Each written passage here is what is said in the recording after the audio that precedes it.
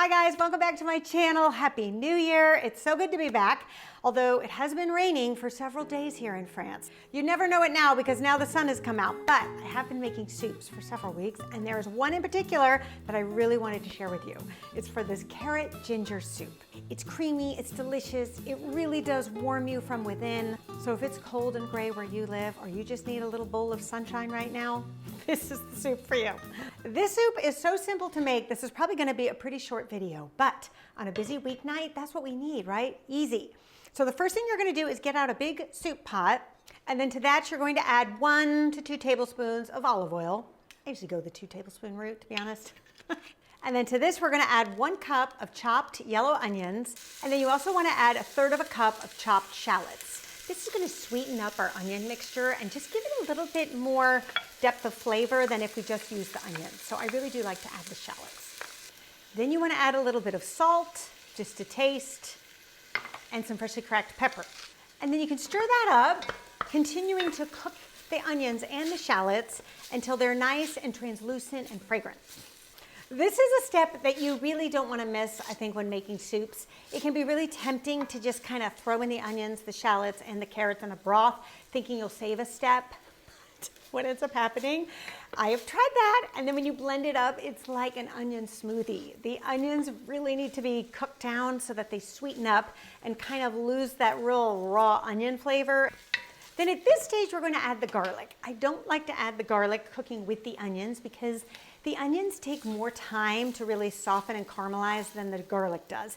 And what ends up happening is that then the garlic starts to burn before the onions are really taken care of. So I think it's better to get your onions and shallots all yummy and sweetened and then add the garlic at that stage, okay? So we're gonna just put it through this press. This is my favorite garlic press.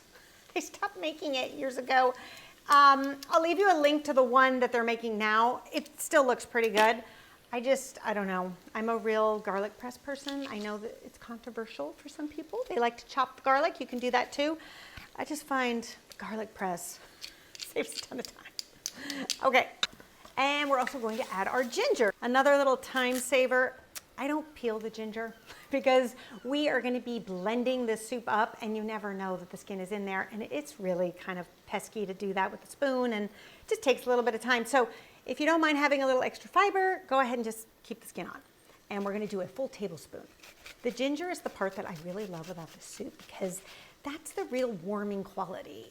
There's something about it, it's sort of sweet, but also a little bit spicy. And I think there's nothing quite like fresh ginger. So don't be tempted to get the frozen ginger or ginger powder. It's just not a great substitute. And then we're gonna add 4 cups of vegetable broth.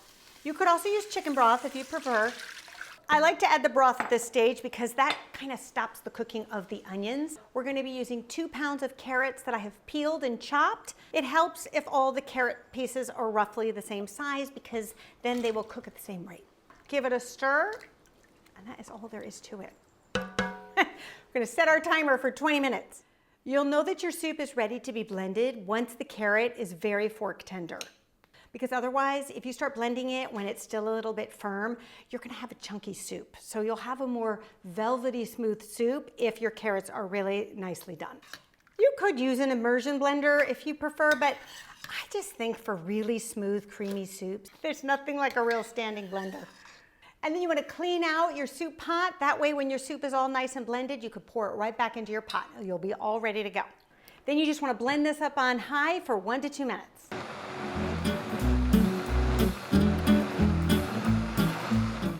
And you can see that lovely texture and what a beautiful color it is too. Can you tell I'm ready for spring?